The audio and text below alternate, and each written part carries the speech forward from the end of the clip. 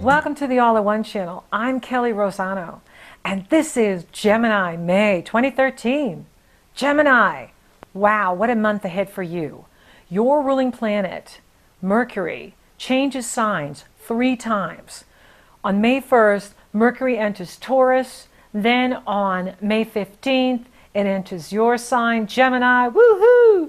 And then on May 31st, Cancer. So you may feel like you're in a mental tornado, where, one thought after another entices you to follow new experiences. This is an action-packed month for you because the eclipses are still going on. We just had the incredible, powerful Scorpio full moon eclipse on April 25th.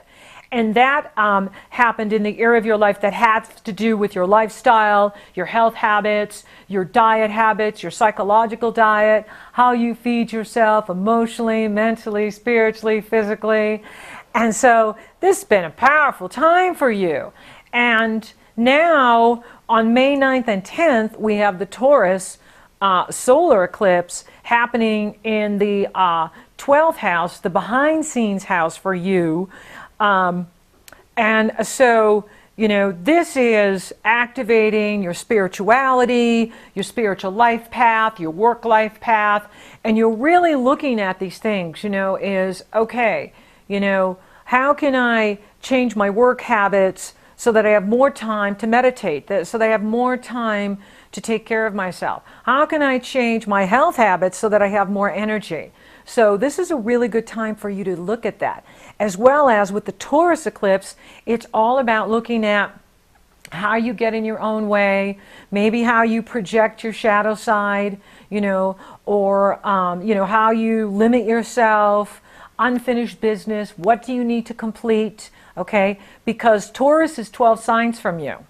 And whenever anything is 12 signs from us, it's in a completion cycle before you give birth to your new solar year on May 20th. Now, this Taurus new moon solar eclipse is empowering you to really look at your health and well-being, really look at your spiritual life path, look at your karma, look at your unfinished business, look how you get in your own way, and clean things up. And this is an important time to do it because there are 2 points on the moon that are very important. The North Node and the South Node. The North Node represents the direction in life you need to go in, and the South Node represents where you've come from in your past lives.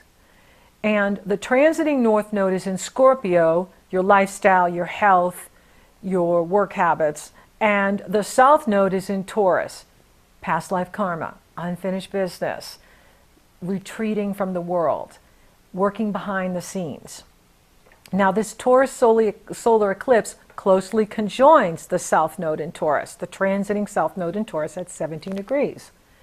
And because the Taurus eclipse is at almost 20 degrees, it's at 19 degrees, 19 and a half degrees, 19 degrees, 31 minutes.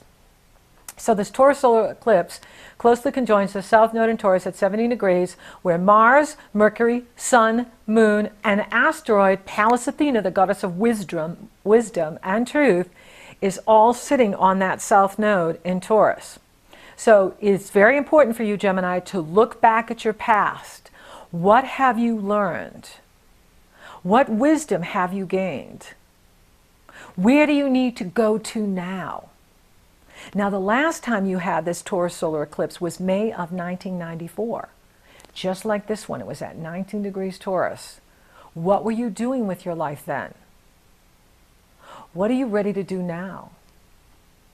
Where do you need to let go? What do you need to let go of to make a fresh start? See, eclipses herald new beginnings, right? And this is a new moon, so it's a new beginning, but it's saying release the past because it's on the South Node. Now, Venus, the goddess of love, beauty, and abundance, shifts into Gemini just before the eclipse on May 9th, reminding you that there are many paths to pleasure, rewards, and relationships, and spirituality. So, Venus is now in your sign, empowering you. Then the Sun sails into your sign, easy breezy Gemini, on May 20th. Happy birthday! Now, birthdays are the most sacred days of the year because this is when all of cosmos comes together and gives you your new energy and gifts of the year. get your solar return report, because it can show you the landscape for your birthday this coming year, from your birthday now to your birthday of 2014. And with the sun sailing into easy breezy Gemini on May 20th, this is going to empower you, because now you're out of the 12th, you're in the 1st, and it's all about new beginnings, new outlook on life. Venus is there, you are there, your ruling planet is there. Mercury went in on the 15th, so we've got Venus, Sun, Jupiter's there. Jupiter's still with you until almost the end of June. So you've got Venus, Mercury, Sun, and Jupiter all in your sign, Gemini. It's a good month for you. So is June. So this is your power time. So, it's going to be, interesting, because, one part of you wants a strategic retreat, while the other part wants to be out there making things happen. And especially with the sun now in your sign, and Venus in your sign, Mercury, your ruling planet, in your sign, you want to take action. So, remember, balance is the key. That's what Libra's here to teach us, right? Take your strategic retreat, recharge your batteries, then go out and conquer the world. Now, revolutionary Uranus and evolutionary Pluto make their first of exact square on May 20th, when the sun moves into Gemini.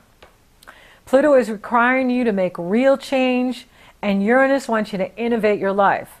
Pluto is in the area of your life that has to do with other people's resources, other people's values, your partner's resources, secrets, boundaries, debt, money owed to you through insurance payout, tax payout, inheritance payout, passion, deep feelings, okay, trust issues, power.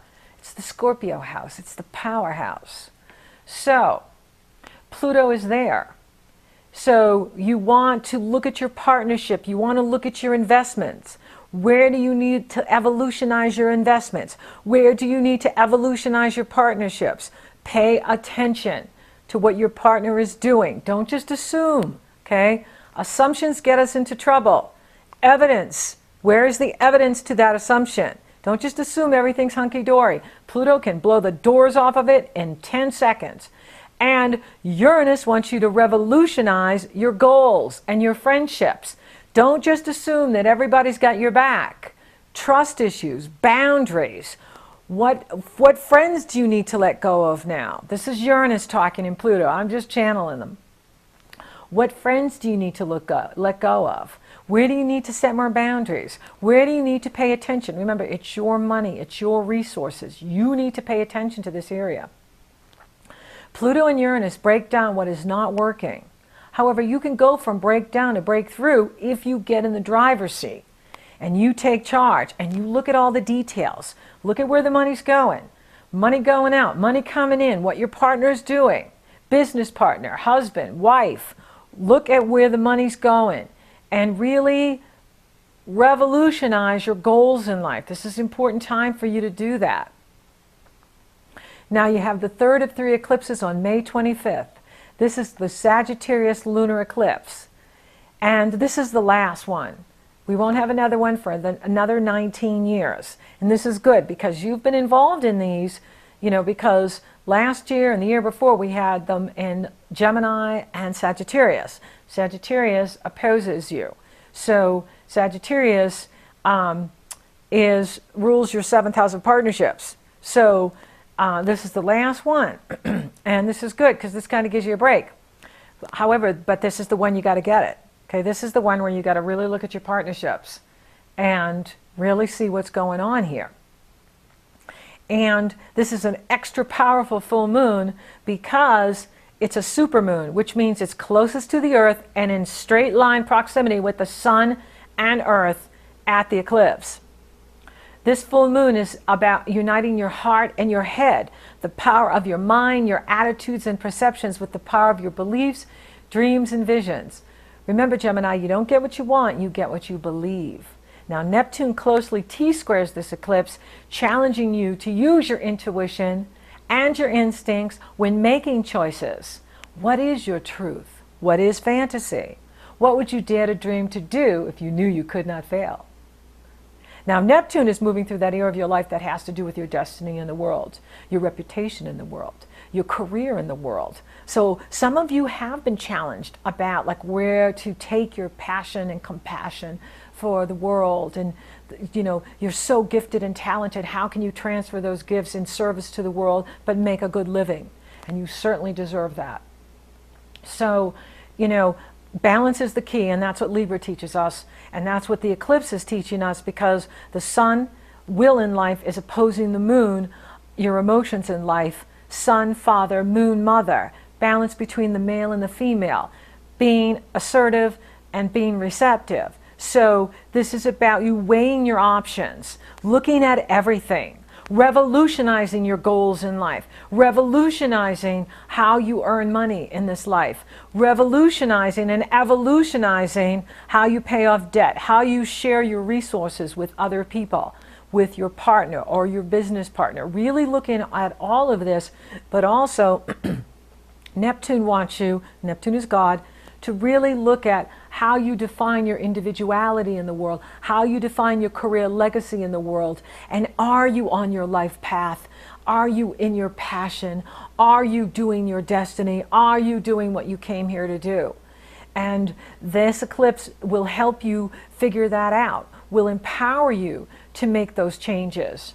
Now you end May with a wonderful Venus, Mercury, and Jupiter conjunction on May 27th, which is Memorial Day here in the United States, and May 28th. This is an uplifting energy that stimulates personal interaction, great conversation, and positive pursuits. And this is all in your sign, Gemini. It's like a birthday gift from the universe.